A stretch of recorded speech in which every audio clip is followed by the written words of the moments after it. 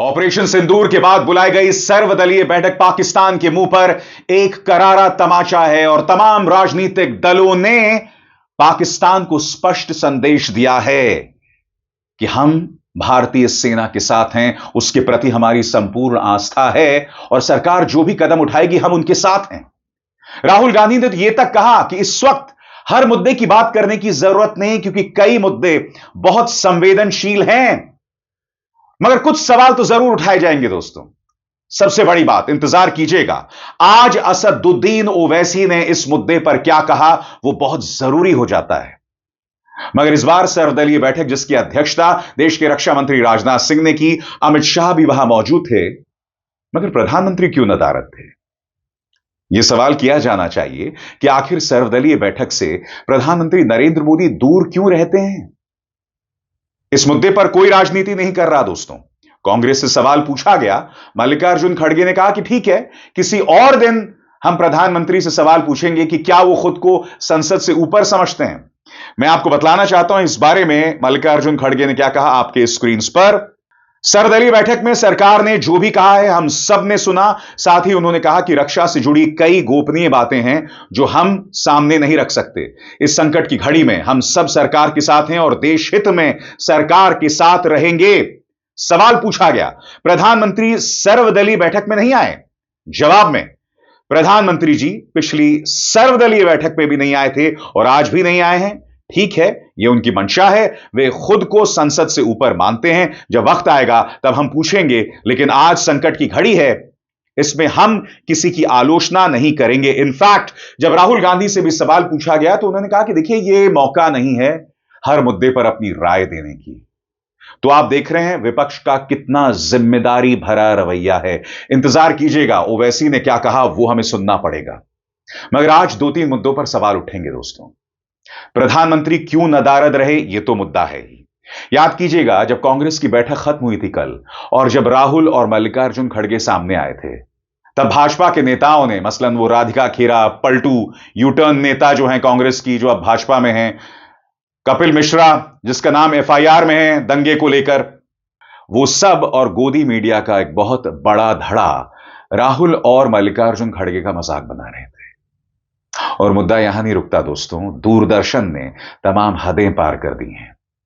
आज संसदीय कार्य मंत्री किरण रिजिजू ने कहा कि फेक न्यूज एक चुनौती है। मगर क्या आपको अंदाजा है रिजिजू जी, ये फेक न्यूज आपके पाले हुए पत्रकार जो हैं वो फैला रहे हैं। ये नफरत दूरदर्शन के कई कार्यक्रम फैला रहे हैं। क्या आपकी निगाह उस बात पर नहीं है? इससे पहले कि हम उसकी चर्चा करें, आपके स्क्रीन पर असदुद्दीन ओवैसी ने जो सवाल पूछे हैं दोस्तों, वो बहुत मायने रखते हैं। सबसे पहले एआईएमआईएम चीफ असदुद्दीन ओवैसी ने कहा, सरकार के पास कश्मीर में एक सुनहरा मौका है कि वो पाकिस्तान को करारा जवाब दें और कश्मीरियों को अपना लें। पूंछ में जिनकी जान गई है उन्हें आतंकी हमलों का शिकार घोषित किया जाए और सरकार उन्हें मुआवजा दे, हर दे, क्योंकि उन्होंने सब कुछ पाकिस्तान की सीज फायर तोड़ने की वजह से खोया है। ऑपरेशन सिंदूर की सबसे बड़ी बातें मेरे लिए यह है कि बहावलपुर और मुरीदके जैसे दो कुख्यात आतंकी ठिकानों को तबाह कर दिया गया है। कई इंटरनेशनल मीडिया ने रिपोर्ट किया है कि भटिंडा में एक रफाइल गिरा है। एयरफोर्स को इसका खंडन करना चाहिए ताकि हमारी फौज का मनोबल ना टूटे। आप देख रहे हैं दोस्तों, चाहे ओवैसी हो, राहुल हो, खड़गे हो, वो लोग जिम्मेदारी भरा जो है परिचय दे रहे हैं। सरकार भी स्पष्ट कह रही है कि इस मौके पर हम एक साथ हैं, मगर आपको अपने गुर्गों पर कंट्रोल करना पड़ेगा।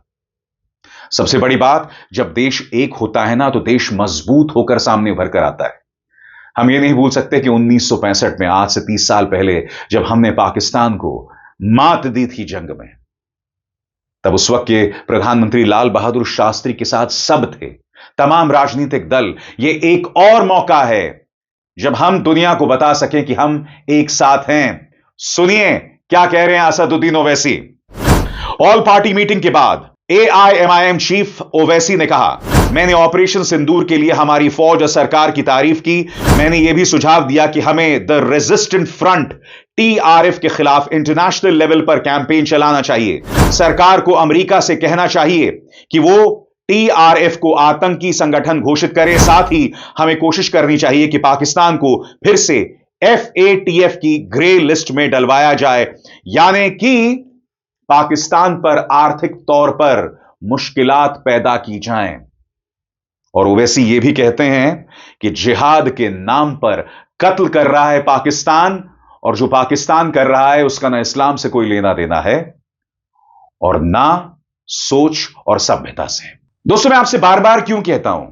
दोस्तों, हमारे सामने इससे पहले कई मिसालें हैं। जब नरसिम्हा राव प्रधानमंत्री थे, तब पाकिस्तान का सामना करने के लिए इन्होंने संयुक्त राष्ट्र में सलमान खुर्शीद के नेतृत्व में फारूक अब्दुल्ला और पूर्व स्वर्गीय प्रधानमंत्री अटल बिहारी वाजपेयी को भेजा था।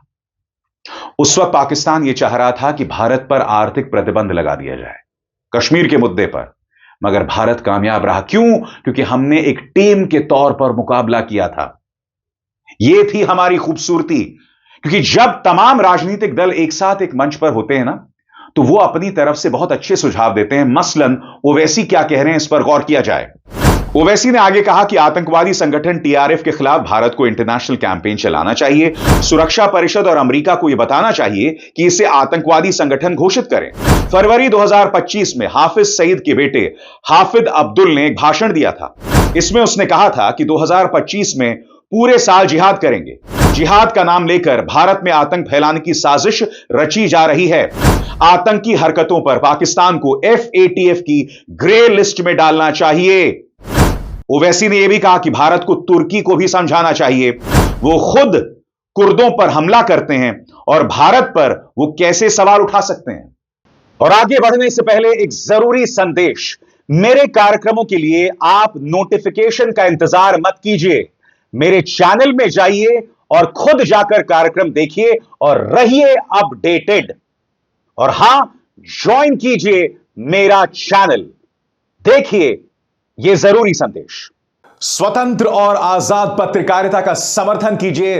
सच में मेरा साथी बनिए। बहुत आसान है दोस्तों। इस ज्वाइन बटन को दबाइए और आपके सामने आएंगे ये 3 विकल्प। इनमें से एक चुनिए और सच के इस सफर में मेरा साथी बनिए। आप गौर कर रहे हैं एफएटीएफ को लेकर, हाफिज सईद के बेटे को लेकर, और साथ ही तुर्की जैसे पेचीदा मसले को लेकर असदुद्दीन ओवैसी कितनी अहम बातें उठा रहे हैं। और यह कब होगा दोस्तों? यह तब होगा जब राजनीतिक तौर पर ऐसे चुनौतीपूर्ण मौकों पर हम सब एक रहेंगे। मगर एक तरफ आप एकता का संदेश देते हैं, मगर दूसरी तरफ अगर आप राहुल, ओवैसी और खड़गे का मजाक बनाएंगे तो बात यहां तो नहीं बनेगी ना। मसलन रिजिजू ने यह कहा कि फेक न्यूज एक चुनौती बन गई है। एक टीचर जिनका नाम है कारी मोहम्मद इकबाल, जो कि जामिया ज़ियाउल उलूम पुंछ में पढ़ाते हैं, वो मारे जाते हैं पाकिस्तानी गोलाबारी में। मगर तमाम न्यूज चैनल्स उन्हें आतंकवादी बताते हैं। मसलन Republic News. Qari Mohammad Iqbal was a top Lashkar Taiba commander involved in major terror attacks including Pulwama. Republic News ने उन्हें आतंकवादी बता दिया।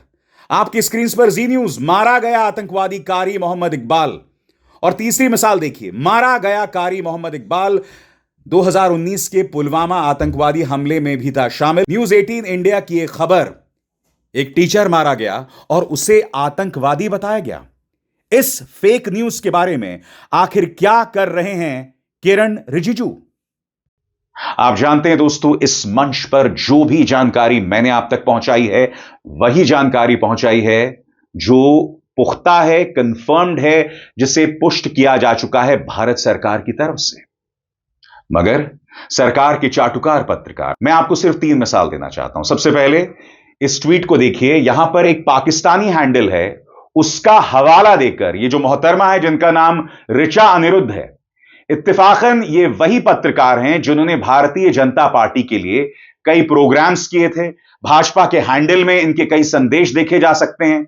एक जमाने में पत्रकार हुआ करती थी, अब अव्वल दर्जे की चाटुकार है। अब हुआ क्या दोस्तों, एक पाकिस्तानी हैंडल है जिसका नाम शायद तेजू प्रकाश है।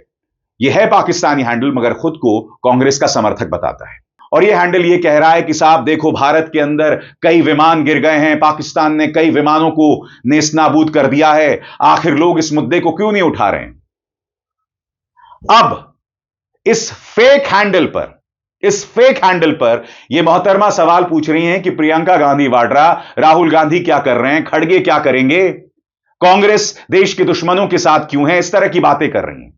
और बात वहां नहीं रुकती दोस्तों, एक और सरकारी चाटुकार है, कोई आदित्य राज कौल है, ये सारी फेक न्यूज दे रहे हैं और बाद में खुद डिलीट करते हैं। मसलन इसने आज कहा कि सियालकोट में, पाकिस्तान के सियालकोट में प्रहार हुआ है। ऐसा कुछ नहीं हुआ दोस्तों। बाद में खुद यह कहने लगा नहीं, इस तरह की खबरों पर विश्वास नहीं करना चाहिए। यह सरकार का अव्वल दर्जे का चाटुकार है, कई बार फेक न्यूज फैलाते हुए पकड़ा गया है, बार बार पकड़ा गया है। जब किरण रिजिजू फेक न्यूज की बात कर रहे हैं तो क्या इन पर लगाम लगाएंगे? और सबसे बड़ी बात मैं आपको बतलाना चाहता हूं कि दूरदर्शन में, जी हां, सरकारी दूरदर्शन में किस तरह का जहर उगला जा रहा है मल्लिकार्जुन खड़गे के खिलाफ। आपकी स्क्रीन पर भारत तैयार पर घर में छिपे कितने गद्दार, और इसमें आप देख सकते हैं मल्लिकार्जुन खड़गे की तस्वीर है, कांग्रेस के नेता की तस्वीर है। अपने आप में इतनी बड़ी बात यहां पर कही गई है। एक तरफ आप फेक न्यूज की बात करते हैं, आप विपक्ष से उम्मीद करते हैं कि वो आपके साथ हों, और आप विपक्ष को इस तरह से बदनाम करेंगे। कायदे से इस पत्रकार और दूरदर्शन पर केस होना चाहिए। इनकी जगह सिर्फ हवालात में है कि आप अपने विपक्ष के एक नेता, राज्यसभा में नेता विपक्ष को गद्दार बता रहे हैं। कांग्रेस के नेता गुरदीप सप्पल क्या कह रहे हैं वो मैं आपको पढ़ के सुनाना चाहता हूं। यह सवाल उठाया था राहुल गांधी नाम के एक ट्विटर हैंडल ने, सोशल मीडिया हैंडल एक्स के एक यूजर ने। तो इसके जवाब में गुरदीप सिंह सप्पल क्या कहते हैं आपके स्क्रीन पर, वो कहते हैं यह मामला हम तक भी पहुंचा है, इस पर निश्चित ही कार्रवाई होगी। जिस वक्त पूरा देश एकजुट है, खड़गे जी, राहुल जी सहित पूरी कांग्रेस पार्टी और पूरा विपक्ष सेना के साथ और सरकार के साथ खड़ा है, ऐसे में सरकारी चैनल में काम करने वाला यह व्यक्ति और इसकी पूरी एडिटोरियल टीम किस एजेंडे के तहत एकता तोड़ने में लगी है, यह किसके इशारे पर खेल रहे हैं, इस पर हम चुप नहीं रहने वाले हैं। कानूनी कार्रवाई और राजनीतिक दबाव दोनों मिलेंगे।